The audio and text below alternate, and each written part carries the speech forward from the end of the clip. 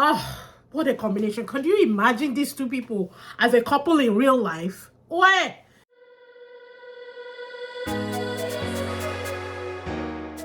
Hi people, welcome back to the channel. If it's your first time, my name is Talia Adewale and this is Despite Them. We are talking about You Are My Glory, which is a Chinese drama series that was released back in 2021. Like the video, leave your comments, and let's just get into it. So, like I said, this is a 32 episoder that was released back in 2021, starring Yang Yang and Dilraba Dilmurat. Oh, what a combination. Could you imagine these two people as a couple in real life? Where?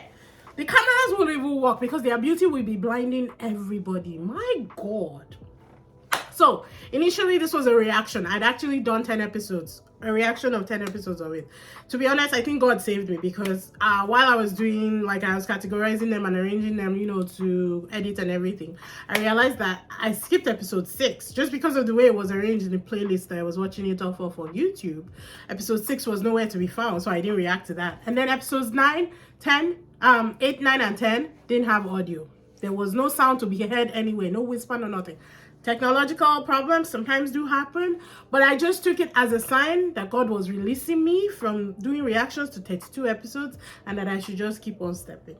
And I think that was a good thing because even though I wanted to I was willing to react to all 32 episodes, you know, and I was going to lump them as, you know, two episodes as one on my Patreon. The sciencey stuff, I don't care. I'm just being honest. The galaxy, I didn't care.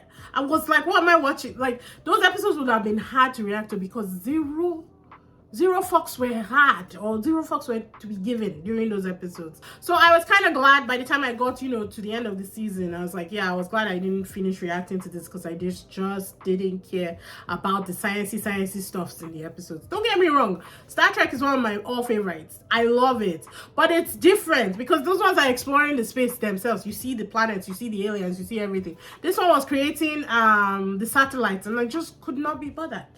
Anyway, let's get into it.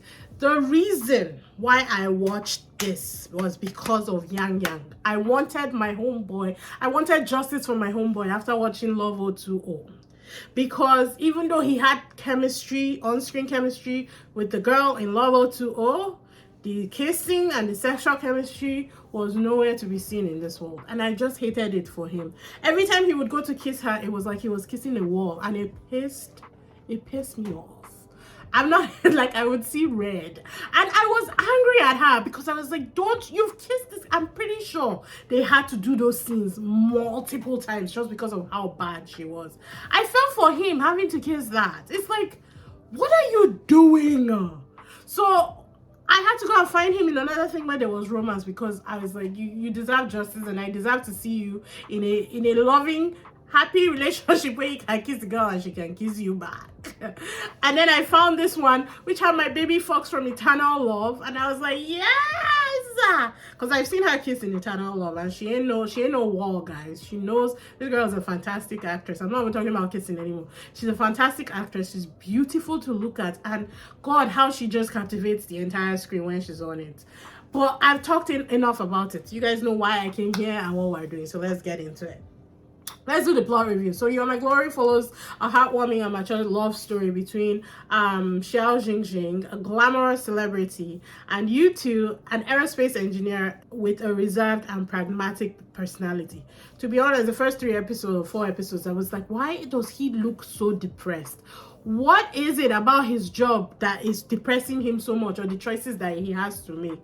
And then they explain it and I was like, okay, yeah, I get it, but God, I think you were overdoing it a little. I'm joking. It was a hard decision that he had to make. He had to choose between family responsibility and his dream.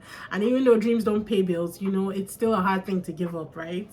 So Xiao Jingjing, an avid gamer and brand ambassador for a popular mobile game, Honor of Kings, reconnects with her high school crush, Yu, after a chance encounter in the gaming world. First off, another thing that drew me into it, the fact that they had gaming, esports and all that stuff seems to be a thing that I'm drawn into. So I was very interested when I saw that there was gaming and we could potentially go into the games like they did in Falling Into Your Smile and King's Avatar.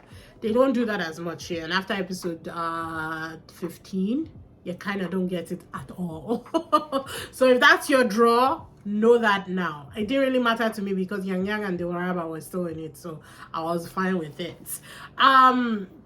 Second thing, she had this crush on him while they were in high school and had somehow maintained the crush until her 30s without it overruling her life. So she had dated between the first time where he turned her down in high school right up to the second time where he started teaching her how to play the game. So she held on to that crush. She'd always liked him and she kept it, but she didn't let it overrule her life. So it wasn't like, you know, I don't want to bring them into it, so I won't name them. I won't name them. I'll let them be. It wasn't like she kept her life on hold just waiting for this boy. I kind of like that. Even though I was like, oh my God, how did you maintain a crush for 20 years, you know? Or thereabouts. 13, I think. So while they bond over the game, they begin to bridge the gap between their contrasting worlds. Hers full of stardom and public attention, and his grounded in silence and quiet ambition. Their relationship evolves as they navigate personal growth, social pressures, and career changes. My God. So the first time he turned her down, it was high school. I was like, you know what, it's fine. He doesn't really know what he wants. It's all good. He dates this other girl who basically says they need to break up in university. And he says, fine. He didn't even argue with her. Our breakup was brutal. God. And then he reconnects with Jing Jing. And they don't really clarify if along the years, him seeing her ads everywhere, because she's very famous, she's very loved. So she's everywhere. And him seeing that maybe he does tend to reflect back to when they were in high school. They don't really say. They don't really cover that much for him. But then they reconnect. He sees her. He's surprised at first, you know. But then it's just like, okay, it is what it is. He starts training her for this competition that she has. So they're spending a lot of time from 9 a.m. to 9 p.m. I think Mondays to Fridays. For like a whole month. They're spending a ton of time together. And here I am sitting here thinking that, oh, maybe he's gonna fall in love with her and, you know, ask her to date him. And by the time the competition rolls around, they win and everything, he just walks away. And I was like, what are you doing? What are you doing? That's all I kept screaming. She braves the courage, you know, has the courage to run after him, ask him one more time, will you date me? And he says no. Wow, Jesus Christ. Guys, when I tell you that my heart was tearing, like it was ripping apart when he told her no, I was just like, why? And he was even crying. So obviously it hurt him to hurt her, because she said that she wouldn't ask why anymore, because she'd asked him why when they were in high school when he turned her down, and she just said she wouldn't, and turns around and leaves, right? And he's crying, and I was like, if you're so sad by it, why wouldn't you say yes? Turns out that he's dealing with self-doubt because he didn't think that he had anything to offer her, because she's this huge personality and everything. And it's like, wow, everybody has their own problems. And then you see him going into more depression. He is so sad. Like, the actors are so fantastic because they weren't talking. He wasn't talking, she wasn't talking, but you could see the sadness and the near despair that both of them were going through, especially him. He's such a good actor. And then he tries to get back in goods with her in her books. She tells him that it doesn't matter anymore. So he freaks out.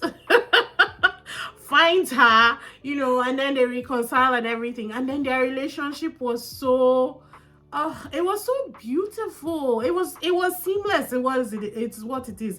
And you know what? We don't always need struggles. It's fine. It's fine for you to have a happy, healthy relationship. The only problem, I think, and it wasn't even a problem with it because they dealt with it so nicely, was the fact that it was mostly long distance. She would go away to film and do stuff, and he would go away to do his research sometimes. So they were mostly apart, but each of them was individually busy. So it's not like one person was sitting at home constantly waiting for the other one to come home, which was a problem that most of his colleagues were going through, and their spouses. It was leading to separation, divorce, and all that kind of stuff, because most times one spouse is just at home while the other one is away for long periods at a time. But theirs was just seamless. Even when they were together, you could see the love, the mischievousness of their relationship, the way they would bounce off each other. She was such a happy, bubbly, pure person, you know. And I just loved it. I loved it. Their chemistry was perfect. The story was amazing. They really did a very good job just tying everything together, and I really appreciated it. Even the way that they got together, the very first, a day after it was official, the way his parents found out, the way her parents found out, like, it was so funny and it was so nice. I loved it for them. I think it took them, I don't know, about 2 years or something to tie the knots, and even after that they were still busy, but they still managed to keep their youth and that playfulness in their relationship, even almost close to their 40s. And I thought that it was beautiful. They both kept steady, and they both kept growing in their individual careers while also growing together in their marriage, and it was seamless. I thought that they did a fantastic job. Like I said, the only minus for me were the aeronautic side of things, because I just didn't care about that. So even though I've watched it multiple times, I usually watch multiple times before I do a review for you guys. I just skip the parts that I'm not interested in, and you can do the same. I watched it once, I got to the end, and then I skip the parts that I don't want to watch. And all the sciencey stuff, I just didn't care about it. I'd rather watch her acting in the desert than watch him dealing with his space search for God. I think that was what the satellite was called. I think they did a great job. I think the chemistry between the actors was flawless. Everybody, his friends, her manager is beautiful. Wow. Her manager, her assistant, the reporters that were following them, the chemistry was done right. Her ex, oh, I hated him just from first class. He was so smug, so annoying. Good acting. Because I wanted to slap him on first glance. But I thought that everybody came together to create something beautiful. And on a scale, I'll give it an 8.8. Honestly, I think that they did a very fantastic job. It's something that I can rewatch multiple times like I've been doing. I just love how last year I said, God, no way in hell that I will be watching more than 16 episodes. And now I'm rewatching 30 episodes, 42 episodes over and over again. I just love it. I love character growth. Don't you guys? But yeah, I really enjoyed this. I don't know who recommended. I don't think this was recommended to me by anybody. I found it because of Yang, and I was looking for things that he was, had romantic scenes in. I'm going to watch him in almost anything. The only things I don't really like are period pieces, so I don't know. Never say never, right? Because I watched Eternal Love, and that's a full-on period piece. So never say never. We'll see. But I really do enjoy him, and I love her. She is fantastic. I will watch her in anything. She does mostly period pieces, but there's something else that I think Love Design that she did, so that might be next on the list. We'll just have to wait and see. But I hope you guys enjoyed the review. Be sure to leave your comments. Let me know if you saw this. Let me know if you liked it. Leave your recommendations if you have any that are kind of in tune with this or close. Like the video, subscribe, and I'll see you in the next one. Bye.